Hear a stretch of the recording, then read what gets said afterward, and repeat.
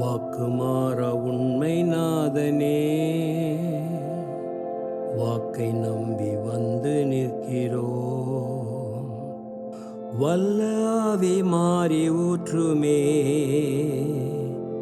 வல்ல ஆவி மாறி ஊற்றுமே.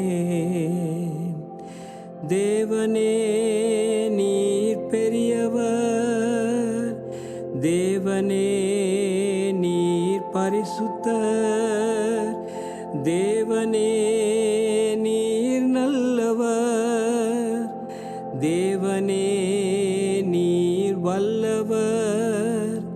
வாக்கை நம்பி வந்து நிற்கிறோம். வல்ல ஆவி மாறி ஊற்றுமே, வாக்கை நம்பி வந்து நிற்கிறோம். வல்ல ஆவி மாறி ஊற்றுமே. வாக்குறுதி தந்து நிறைவேற்றும் தேவன். இந்த காலை வேளையிலே நம் தேவன் வாக்குறுதிகளை காப்பதில் உண்மை உள்ளவர் என்பதை நன்குணர்ந்து விசுவாசத்தோடே அவருக்கு ஆராதனை செய்யப் போகிறோம்.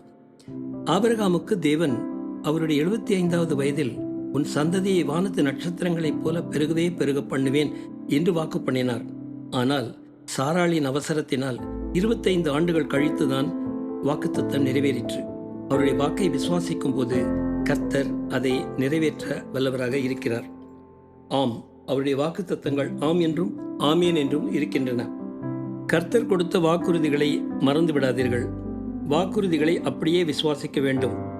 சாராளின் கற்பம் செத்துப்போன நிலையிலும் ஒரு குழந்தையை கொடுக்க வல்லமையாயிருந்த தேவன் இன்றைக்கும் நமக்கும் அப்படி செய்வது நிச்சயம்.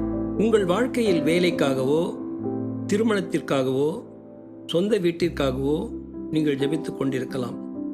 உன்னை அதிசயங்களை காணச் செய்வேன் என்று நமக்கு வாக்களித்தவர் தடைகளை நீக்கி உங்கள் விருப்பங்கள் அனைத்தையும் நிறைவேற்றி உங்களை மகிழச் செய்வார். தேவன் சகலத்தையும் செய்ய வல்லவர். அவர் செய்ய நினைத்தது தடைபடாது என்று யோபு சொன்னது போல 2 மடங்கு நம்மை ஆசீர்வதிப்பார். ஜெபம். வாக்குமாறா எங்கள் தேவனே, உம்மை வாழ்த்துகிறோம், உம்மை பணிந்து கொள்கிறோம், உம்மை மகிமைப்படுத்துகிறோம். இயேசுவின் நாமத்தில் ஆமேன்.